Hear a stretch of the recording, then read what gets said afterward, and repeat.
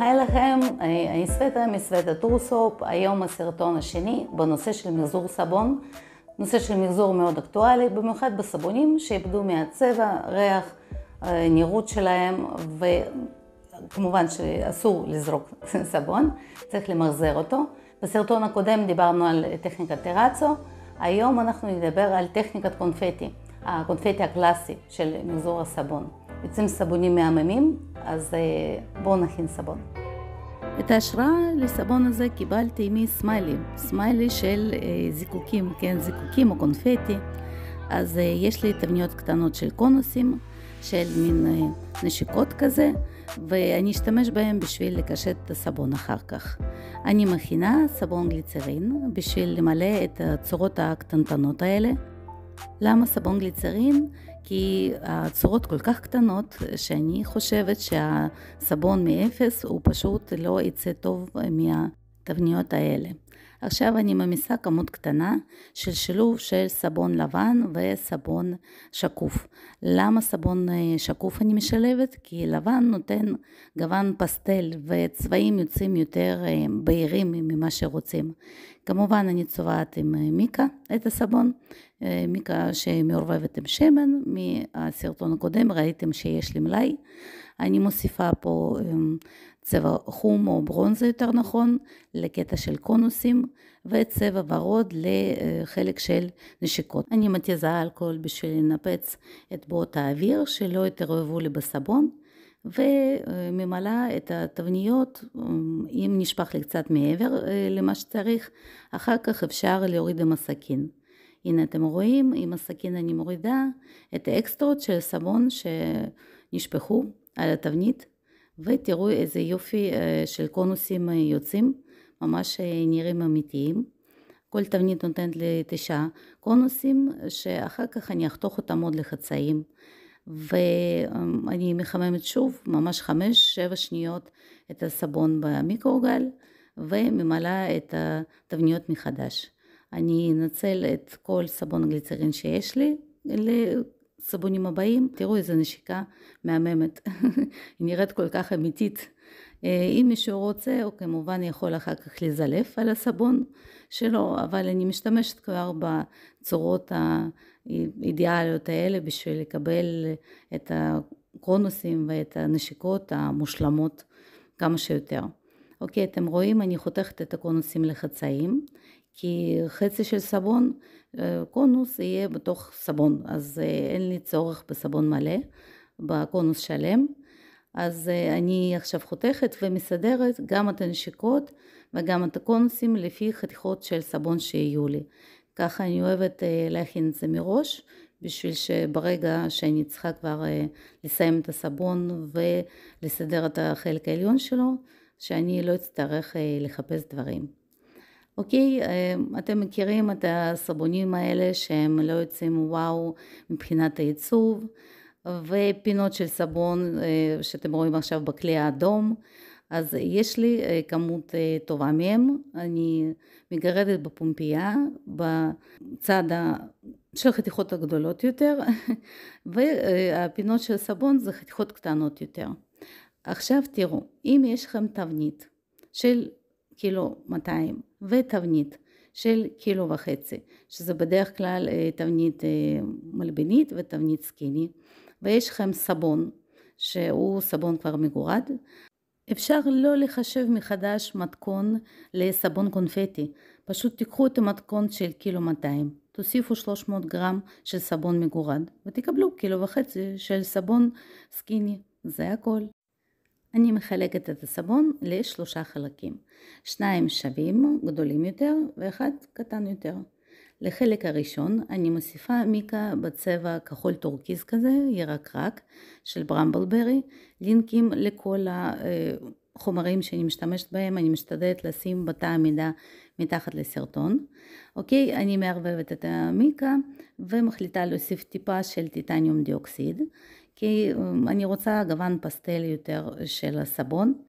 טיטניום דיאוקסיד שלי נמס במים, לכן חייבים לערבב אותו עם הבלנדר בשביל שהוא יתפזר בצורה אחידה. אוקיי, לריח אני אשתמש בתמצית ריח שנקראת קלין של Nature's Garden. הריח מדהים ומאוד מאוד מאוד מאוד מאוד נקי. ומה שעוד יותר חשוב, נחשו מה? נכון, הוא מעיד טרייס.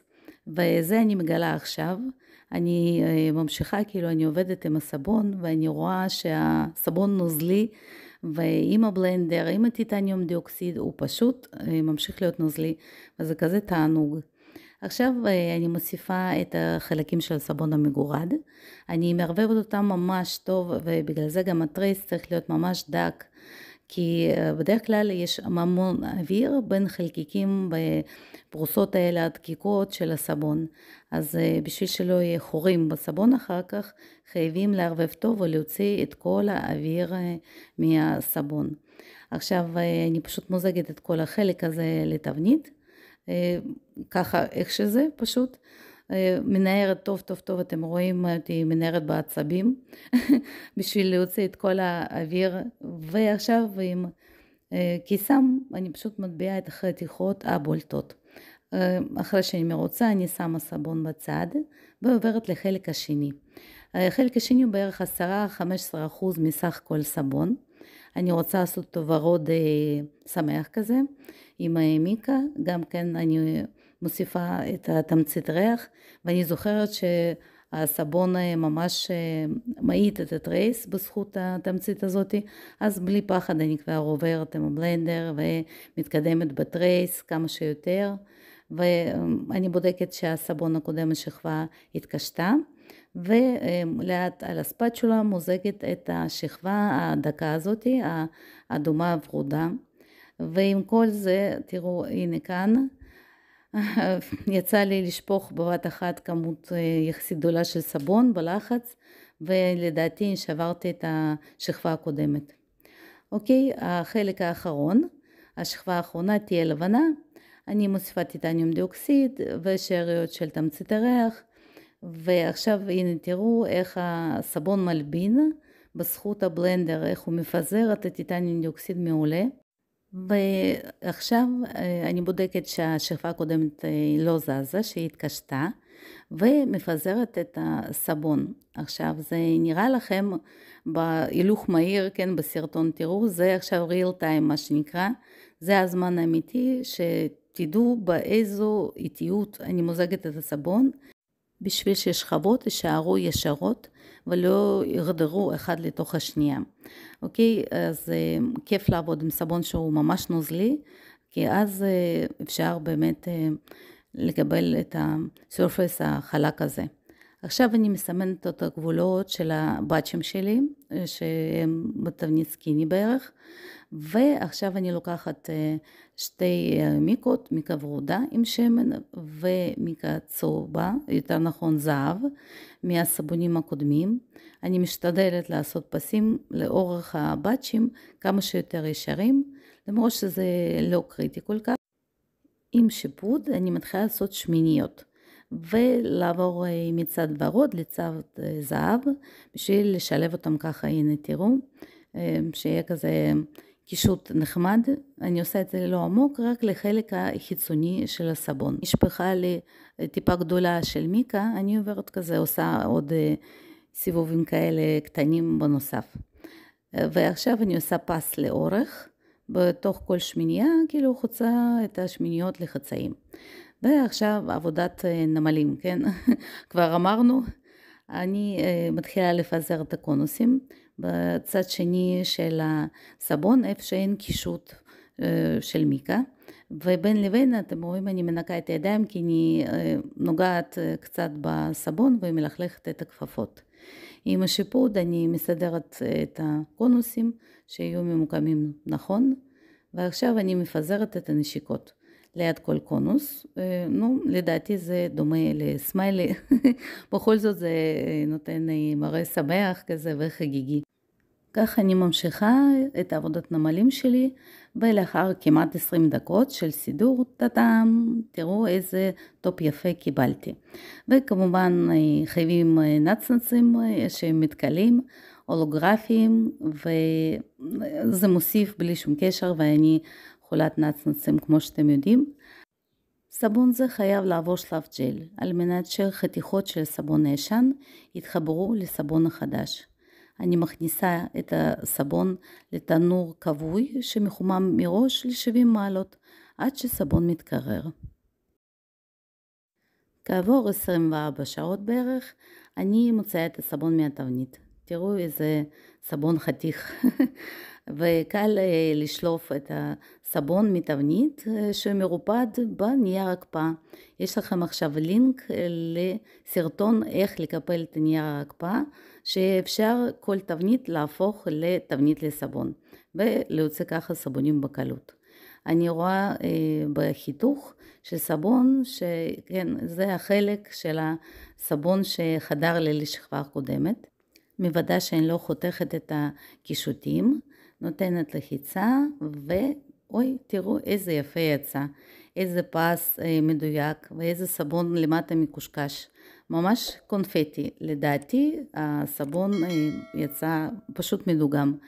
וואי, איזה קישוט יפה מלמעלה. בקיצר, אני חייבת גם לציין שבסבון תמצית הריח מריחה הרבה יותר מעניין וטוב מאשר מהבקבוק, וזה גם כן מגניב להעלה. הנה זה חתיכה של סבון שחדר לשכבה הקודמת. בואו נראה איך זה יוצא. אוקיי, זאת חתיכה שמתחילה להיות כזאת לא מדויקת, אבל אתם יודעים, ממש לא נורא, באמת לא נורא כל כך. יצא דווקא בסדר גמור. עכשיו אני מורידה פינות של הסבון. אתם שואלים מה, איפה? אז הנה אתם רואים, כשחותכים את הסבון יש מין בליטות כאלה מעצבנות, שנמרחות כאלה, מריחות של סבון, אז אותם אני מורידה. תראו איזה סבון מאמי יוצא אחרי זה. ומחתימה את הסבון עם חותמת. כן, אפשר להחתים אותו, במיוחד החלק של קונפטי, נחתם ממש טוב, כי יש שם את הסבון הקודם. אני מוסיפה חותמת של כוכב. תראו שהחלק הלבן הוא רך טיפה יותר מהירוק, כי הוספנו שם טיטניום דיאוקסיד, שהוא על בסיס מים. אז אני חושבת שניתן איזה 2-3 לסבון להתייבש, עד שאני אחתים אותו בשלמותו. אני מאוד מרוצה מסבון, הוא נראה ממש טוב. מה אתם חושבים? תכתבו בבקשה בתגובות. ממשיכה לנקות את הפינות של הסבונים ולשמור אותם לסבון קונפטי הבא. תכתבו בבקשה בתגובות אם אהבתם את הסבון. הנה עוד פעם החלק העליון, הטופ של הסבון. לדעתי יצא ממש יפה. האם השכבות הלא מדויקות כל כך נוראיות או שזה בסדר גמור? אז תודה רבה וניפגש בסרטונים הבאים. ביי ביי.